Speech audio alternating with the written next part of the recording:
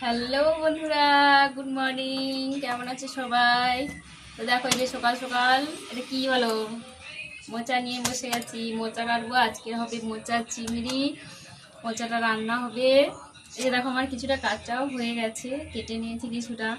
তারপর ভাবলাম যে ভিডিওটা বানাতে হবে, শেয়ার করি তোমাদের সাথে। এই যে দেখো, মোচা চিংড়ি বানানো হবে।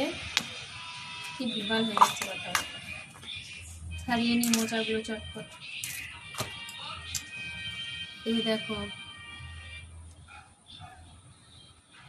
মোচার ভিতরের এই যে যে দানা এইগুলো আছে, এই ফুলের এই ডাঁটিগুলো শুধু ফেলে দেবে, বাস। দিয়ে এবার কেটে নিতে হবে।